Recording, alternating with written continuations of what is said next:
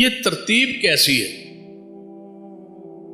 صحابہ کرام تو ہزاروں کی تعداد میں موجود، اہل بیت میں بھی افراد موجود، لیکن نبی علیہ الصلوۃ والسلام کے سامنے جب حضور خود فرمائے تب صحابہ بیان کرے، تب ازواج بیان کرے، تب ترتیب یہ ہی تھی: ابو بکر، عمر، عثمان، ابو بکر، عمر، عثمان. جس طرح آتا ہے نا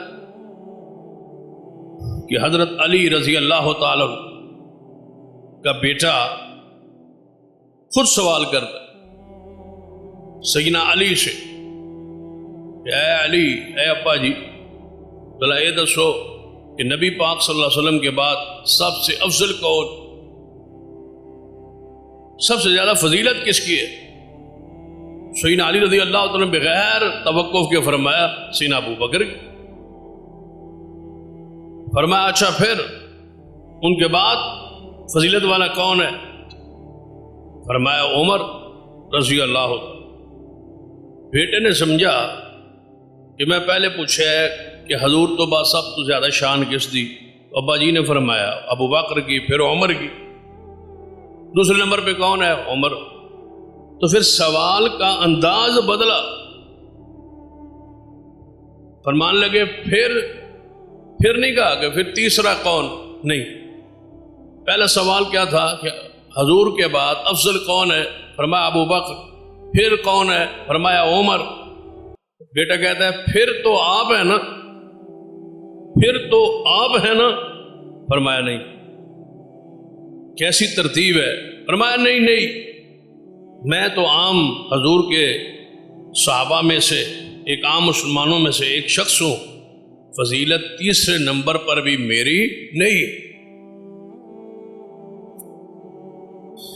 اگر اس طرح سمجھنا ہے تو ایک اور حدیث ہے جو صحیح البخاری، سیدنا عبداللہ بن عمر رضی اللہ عنہ حدیث کے راوی فرماتے ہیں نبی علیہ الصلوۃ والسلام کے زمانے میں ہم صحابہ جب آپس میں بیٹھتے تو ذکر ہوتا کہ ہم میں سے افضل کون ہے، تو ہم کہا کرتے تھے ابو بکر.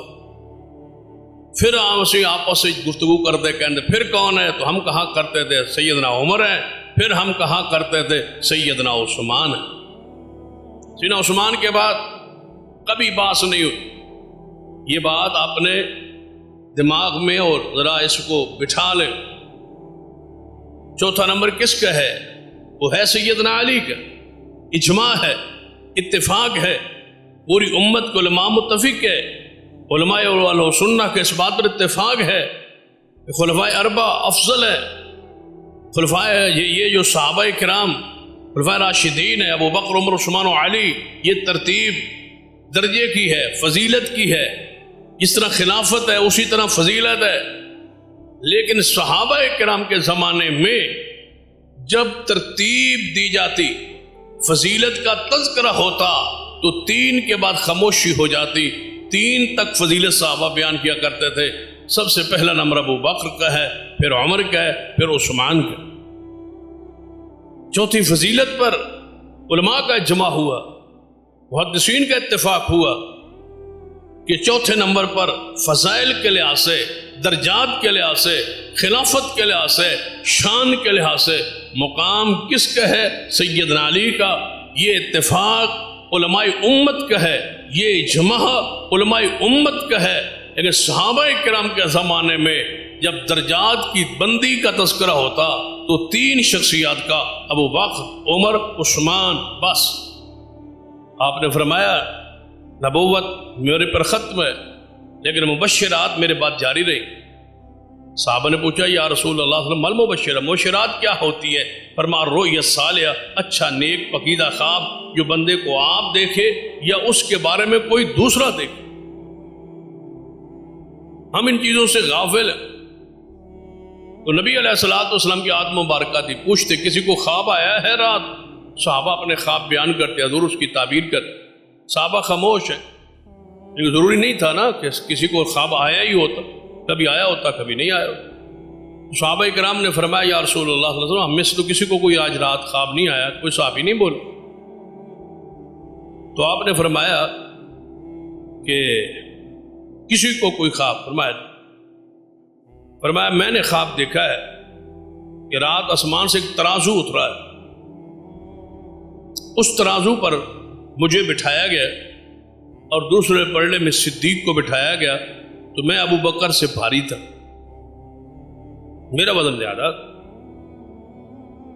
پھر مجھے اٹھا لیا گیا اور میں اس پلڑے میں جس میں صدیق کو بٹھایا گیا میرے ساتھ وزن کے لیے، تو اس میں سیدنا عمر کو پھر بٹھایا، صدیق اور عمر کو تولا گیا تو صدیق کا وزن زیادہ تھا، پھر صدیق کو اٹھا لیا گیا، پھر سیدنا عثمان اور سیدنا عمر کو تولا گیا تو سیدنا عمر سیدنا عثمان سے وزنی تھی۔